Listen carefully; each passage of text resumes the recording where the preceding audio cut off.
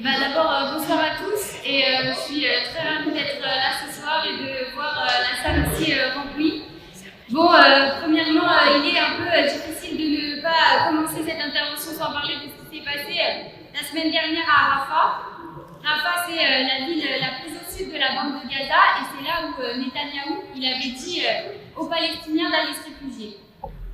Mais donc l'armée israélienne, elle a quand même frappé. Et depuis, on nous explique que c'était un regrettable accident. Mais comment ose-t-il parler d'un accident quand depuis plusieurs mois, son armée bombarde et massacre à Gaza? Aujourd'hui encore, c'est une école de l'ONU qui a été touchée par des frappes israéliennes. Tout ça soutenu par les impérialismes, dont les États-Unis, mais aussi la France. J'écoutais l'autre jour à la radio un ancien militaire qui expliquait que les bombes qui ont été envoyées sur Rafah sont des bombes d'une tonne. C'est-à-dire des bombes qui sont faites pour détruire d'un seul coup des immeubles de 4 étages. Et ce sont ces bombes qui ont été utilisées, soi-disant pour éliminer 2 responsables du Hamas. Mais on comprend que le projet du gouvernement israélien il va au-delà. Il s'agit de terroriser la population réfugiée et de commettre un génocide à Gaza. D'ailleurs, le même militaire expliquait que depuis le début du massacre, la moitié des bombes fournies par les États-Unis sont des bombes d'une tonne. Et que par conséquent, le chiffre de 35 000 morts était très largement sous-estimé. Il parlait d'un minimum de 70 000 morts. Et c'est en réponse à cette énième attaque que les rassemblements et les manifestations ont été nombreux toute la semaine dernière. On était plusieurs milliers, dont beaucoup de jeunes, dans toutes les rues de toutes les grandes villes de France.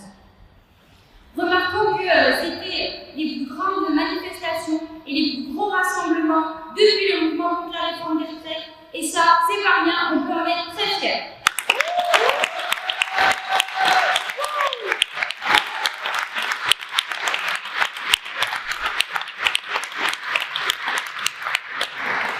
Et jusque-là, la principale réaction de Macron, ça a été la répression. Dans les universités, on a bloqué, les flics nous ont matraqués et nous ont envoyés en garde à vue. C'est d'ailleurs le cas de notre camarade Luigi, qui a un procès le vendredi 14 juin.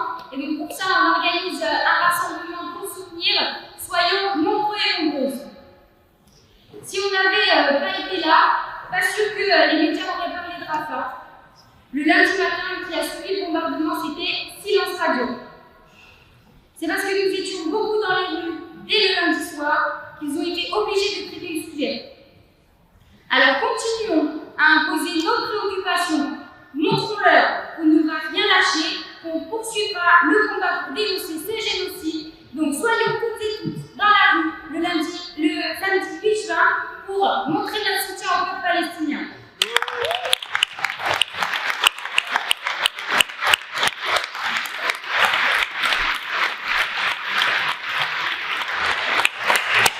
Alors c'est évident qu'on sera dans la rue le 8 juin, mais ne croyez pas qu'on s'arrêtera le 9, car c'est pas avec un bulletin de vote qu'on mettra fin à la politique criminelle de l'État d'Israël. Nous, notre truc, c'est plus le rapport de force que les institutions de la bourgeoisie et le droit international. Pour mettre fin à la complicité de l'État français, il faudra amplifier la mobilisation des jeunes. Mais pas que. Il faudra aussi que le monde du travail la rejoigne avec ses propres armes, c'est-à-dire avec des grèves massives qui permettront d'entamer le bras de fer avec le gouvernement. Et c'est ça le meilleur moyen de stopper le soutien au génocide.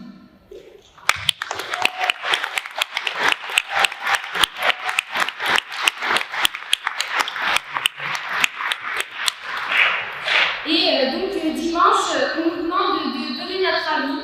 Alors faisons-le. Il y a ceux qui vont voter pour les soutiens sans faille du génocide, Bardella et Maréchal, soit dit en passant les héritiers du vrai antisémitisme. Bon, a priori, si vous êtes là ce soir, c'est que ce n'est pas votre cas. Il y a aussi ceux qui vont voter pour les soutiens de plus en plus timides de Netanyahou. Je parle bien sûr de Eyé et Glucksmann.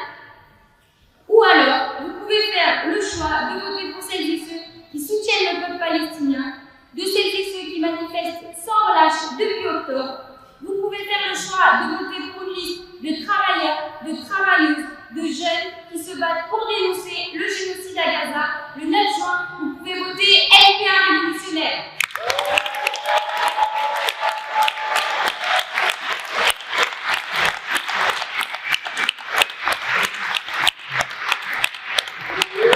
Le combat pour la Palestine s'inscrit dans les nombreuses luttes politiques que nous connaissons ces dernières années et auxquelles je participe avec mes camarades. D'ailleurs, je voulais revenir plus particulièrement sur la lutte contre le patriarcat. Avec une extrême droite montante, on assiste à des discours qui n'ont ni queue ni tête. Marion Maréchal a déclaré au grand débat mardi soir que le problème des femmes en France, c'était les immigrés. Pour apporter de l'eau à son moulin, elle a cité l'exemple d'un étranger qui aurait brûlé une femme dans les toilettes de la gare de Bourg-en-Bresse. L'extrême droite a l'habitude de ce genre de manipulation, c'est-à-dire d'utiliser les faits divers pour faire diversion. On apprendra donc à cette chère Marion que le problème des violences sexistes, c'est pas tant les violences avec des inconnus que les violences dans le milieu proche. Parce que c'est ça le patriarcat. Et ça, c'est valable dans tous les milieux sociaux, y compris les plus blancs de tous et les plus favorisés, bref, parmi les électeurs de Marion Maréchal. L'extrême droite, en fait, elle se préoccupe du sort des femmes que quand ça lui permet d'être raciste. Rappelons qu'elle n'a jamais été connue pour défendre le droit à l'avortement, et on l'a bien vu quand il s'agissait d'inscrire ce droit dans la Constitution française. D'ailleurs, c'est bien joué de la part de Macron d'avoir mis le droit à l'IVG dans la Constitution. Il pourra au moins dire qu'il a marqué l'histoire du droit des femmes, lui qui disait pouvoir en faire sa priorité. Mais par contre, ça ne changera rien, puisque les moyens ne sont pas mis dans la santé et qu'il y a toujours des centres d'IVG qui ferment. En réalité, ce gouvernement, comme les précédents, n'a rien fait pour les femmes. Il préfère soutenir ceux qui les agressent, qu'ils soient dans son gouvernement ou qu'ils rendent fière la France, comme disait Macron à propos de Bourdieu. Au fond, le féminisme pour Macron et pour les patrons qui lui ressemblent, ce n'est pas beaucoup plus qu'un argument de vente. On va encore le voir pendant ce mois des fiertés, où les chars des banques et des grandes entreprises vont parasiter les prides. Ce sont ces mêmes entreprises qui stigmatisent les personnes LGBT, qui protègent les hommes de pouvoir quand ils harcèlent et agressent les femmes. Nous le disons clairement, pour lutter contre les oppressions dont sont victimes les femmes et les personnes LGBT, il faut lutter contre le capitalisme qui profite de ces oppressions et qui les reproduit.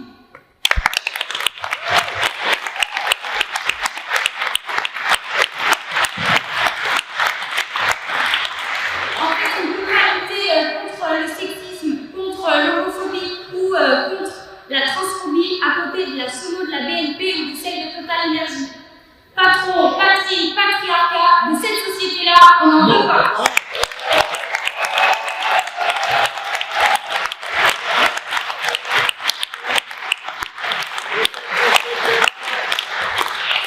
C'est pour cela que dans la lutte contre les oppressions, nous avons une ligne de classe. Nous plaçons du point de vue des travailleuses et des travailleurs qui ont pour de vrai la force de tout changer. Notre modèle, ce ne sont pas les solutions institutionnelles. Elles améliorent parfois les choses de manière superficielle, mais elles ne s'attaquent pas au fond du problème. Notre modèle à nous, c'est la révolution russe où le prolétariat a en quelques mois fait beaucoup plus pour lutter contre le patriarcat que les bourgeoisies des autres pays en quelques siècles. Droit de vote et d'éligibilité, droit au divorce, avortement libre et gratuit, congé maternité et assurance de garder son emploi pendant sa grossesse, début de la socialisation des tâches domestiques pour libérer les femmes du foyer. La liste est longue et c'est aujourd'hui à nous de la continuer.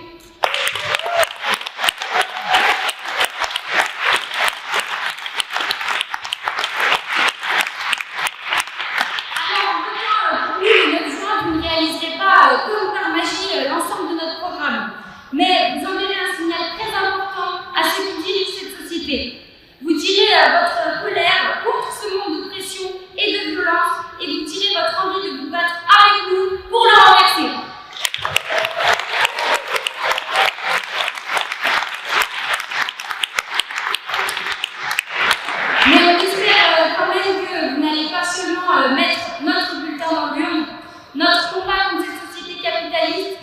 de militants et militantes, il a besoin de jeunes qui sont prêts à s'engager et à porter